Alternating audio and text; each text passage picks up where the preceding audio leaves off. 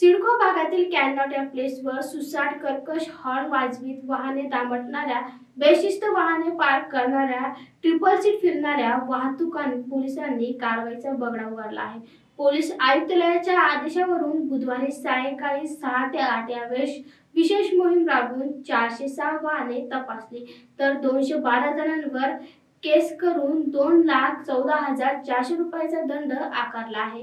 यातील 1,20,225 रुपये दंड जागेवर वसूल केला आहे। कॅनॉट प्लेस येथे टपोरेगिरी, भाईगिरीचे प्रमाण वाढले असून कर्कश हॉर्न, फटाका बुलेट, लायसन्स नसणे, ओरिजिनल लायसन्स ऐवजी फोटोकॉपी दाखवणे, बुलेटचे सायलेन्सर दाबणे, ट्रिपल सीट, बेशिस्तपणा वाहने चालवणे, हॉर्न वाजवीत धूम ठोकणे, रस्त्यावरून वाहने उभी करून वाहतुकीला अडचण करणाऱ्या वाहनांवर कारवाई करण्यात आली आहे। मोहिमेत सिडको शहर 1, सिडको शहर 2, छावणी, वाळूज वाहतूक शाखा आणि विशेष पथकातील कर्मचारी आणि महानगरपालिकेचे पथक सहभागी झाले होते। वर्षानुवर्षे रस्त्याच्या कडेला उभी करून ठेवलेल्या वाहनांवरही कारवाई सुरू करण्यात आली। यापुढे कारवाई सातत्याने कायम ठेवण्यात येईल। रात्रीची गस्त वाढवण्यात येईल। दुकानदारांनी दिलेल्या जागेचा वापर करावा, अतिक्रमण करू नये, असे आवाहन पोलीस निरीक्षक राजेश मयेकर यांनी केले आहे।